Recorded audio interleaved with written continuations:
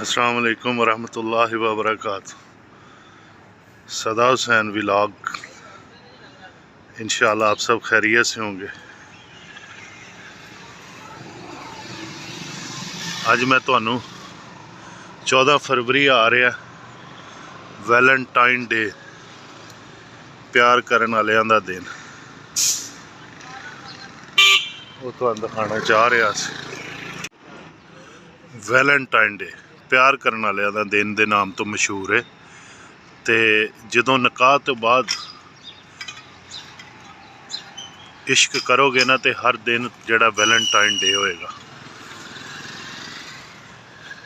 खूबसूरत लोगों दी खूबसूरत गल्लां माशाल्लाह देख रहे हो, ता हद्दे निगाह लगियां हुई रौनकां। निकाह जड़ा ना बहसीयत मुसलमान, सुबहान अल्लाह व बिहम्दिही सुबहान अल्लाहिल अज़ीम। देख रहे हो माशाल्लाह, रौनकें ही रौनकां सारियां। ये प्यार करने वालियां दा दिन है। जदों निकाह तो बाद करोगे ना प्यार, तो हर दिन वैलेंटाइन डे होएगा। इसलिए मुहब्बतां वंडदे रहो, असीं समेटते रहांगे।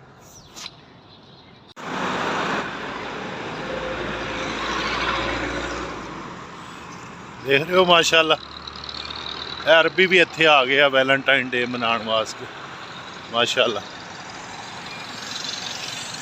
अच्छा, वैलेंटाइन डे का कदी तुसी गौर किया पंजाबी तर्जमा की है? मैं अज तुहानू दसदा हैगा। वैलेंटाइन डे,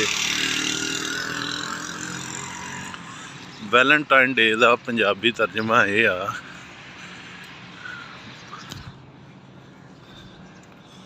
बहरहाल तुसी भी कमेंट्स करना मैनू, मैं तुहानू दस देना तुहाडे ख्याल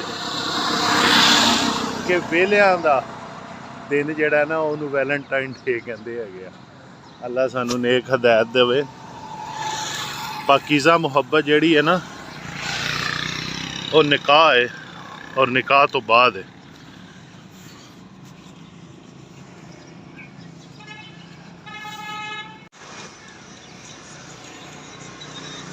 बाकी वैलेंटाइन डे तो आ रहा है, चलो बहरहाल कोई खुफिया मुहब्बत साडे तो करता है तो वह भी इन्हां दिनां सामने आ जाए। वेलियां दा दिन तो है ही है, कोई खुफिया साडे नाल मुहब्बत करता वो भी सानू कमेंट्स करके दसे। सारियां जिंदगी दियां बहारां हैगियां।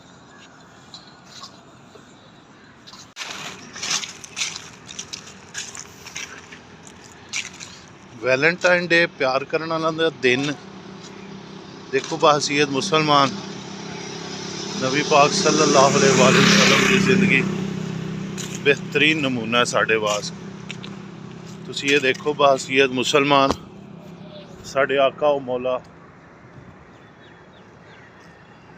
उन्हां दा जेड़ा की कहना है, दीन की कहता है।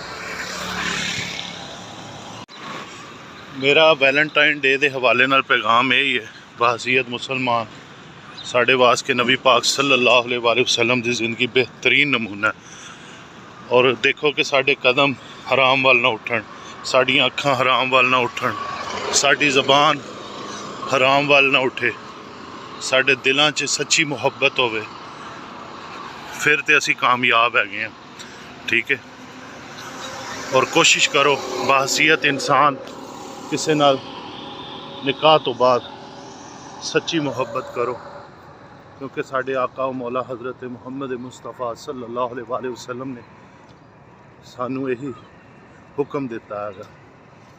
तो वैलेंटाइन डे ते मेरा तुहानू पैगाम यही है, खुशियाँ मनाओ, तुहाडा हक है, लेकिन सच्ची मुहब्बत करो निकाह करके। वालेकुम सलाम। और उस तो बाद तुसी मामलात जिहड़े हैगे बेहतर तो बेहतर अंदाज दे विच अपनी बीवी दे नाल चलाओ। अल्लाह पाक मज़ीद इस्तकामत अता फरमाए। सदा व्लॉग्स दे नाम तो मैं चैनल बनाया उन्होंने लाइक शेयर कमेंट तो सबसक्राइब कर देना। वैलेंटाइन डे आ रहा, मैं क्या तुहानू दिखावा कि आ जिहड़ी बग्गी है ना, ये जड़ां वाले रोड ते लगी हुई है और शादी ब्याह के मौके ते जिहड़ा हैगा ना, कुछ लोग जिहड़े है ना रवायती तौर ते बग्गियां का इस्तेमाल करते हैं।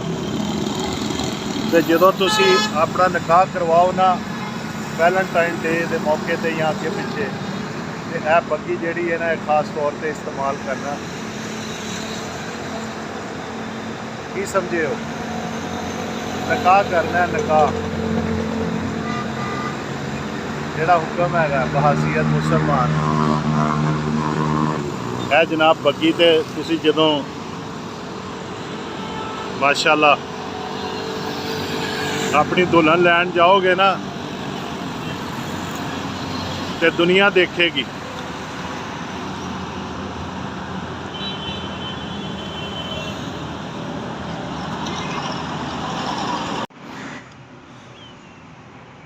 अल्लाह रब्बुल इज़्ज़त ने ना असी रहमान दे बंदे हाँ, ते सानू अल्लाह पाक ने बेहतरीन सूरत दे विच पैदा फरमाया और जदों अल्लाह पाक ने सानू बेहतरीन सूरत दे विच और अशरफुल मखलूकात बनाया, तो फिर सानू कम भी चाहिए कि असी अच्छे करिए और वो करिए जिन्हां दा हुक्म अल्लाह रब्बुल इज़्ज़त ने कुरान पाक और नबी पाक सल्लल्लाहु अलैहि वसल्लम ने अमली तौर पे करके दिखाया। ठीक है ना। वैलेंटाइन डे 14 फरवरी नूं आ रहा, मेरा इको ही पैगाम है बहसीयत इंसान और मुसलमान कि सच्ची मोहब्बत करो और निकाह करो, फिर हर रोज़ जिहड़ा वैलेंटाइन डे होएगा, हर दिन हर पल हर वक्त। सदा विलाग मैनू इजाज़त दिओ, मेरे चैनल नूं लाइक शेयर कमेंट्स ते सबसक्राइब कर देना और दोस्तों च भी शेयर करना। अस्सलाम वालेकुम वरहमतुल्लाहि व बरकातुहू।